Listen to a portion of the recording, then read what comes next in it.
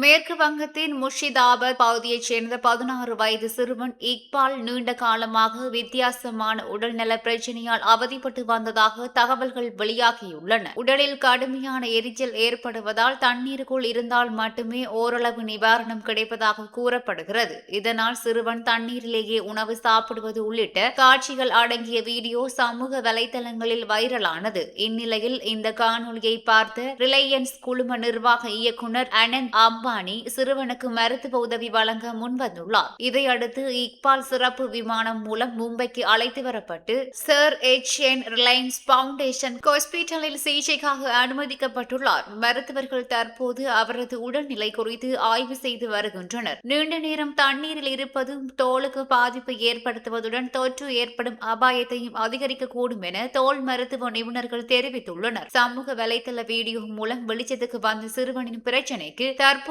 மும்பையில் சிறப்பு மருத்துவ சிகிச்சை கிடைத்திருப்பது கவனம் பெற்றுள்ளது.